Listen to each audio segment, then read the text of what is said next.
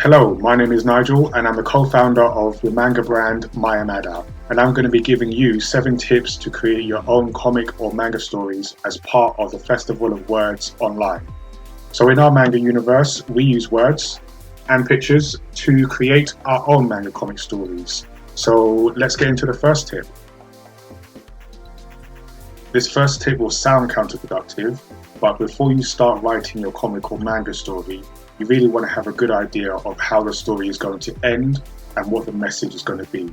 That way you can work backwards to get all the important plot points in place to get you to that ending in a natural and convincing way. So once you have your story in place, you want to create a distinct cast of characters to fill that story with.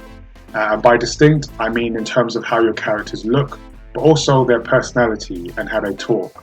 Think about it as giving your characters a unique voice in the story, so they sound different from each other, and importantly, different from you as the creator, because that's an easy trap to fall into. The third tip is about goals.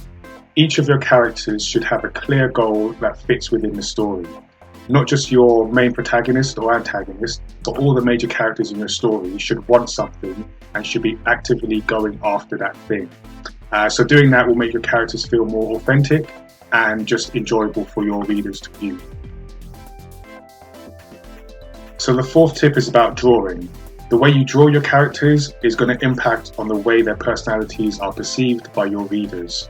So you want to think about things as their expressions, their natural body positions, their clothing, any accessories or items that they use, and the colours you use for your characters. So doing all this will paint a picture in the minds of your readers as to what your characters are like.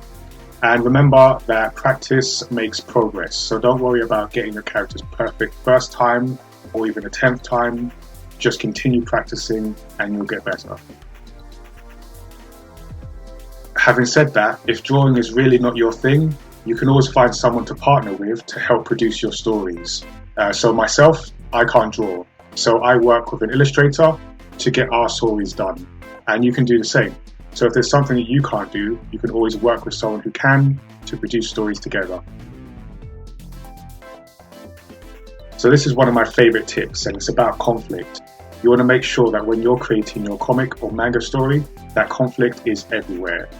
This can be physical in terms of a fight between characters or a big battle, but it can also be non-physical and a conflict of ideals between your major characters.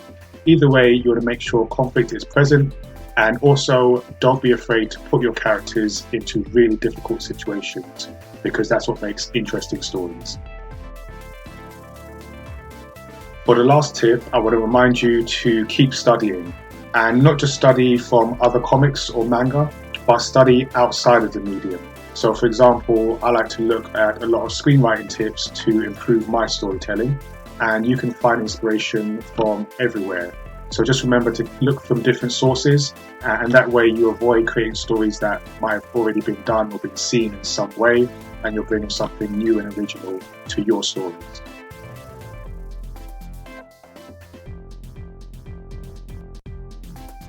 Story. I hope that's been helpful for you. If you'd like to check out our stories, you can always head to mayamada.com. And if you want to hear me talk more about storytelling in general, you can check out our Story X Story podcast, which I will link to below. Thanks for watching and good luck creating your stories.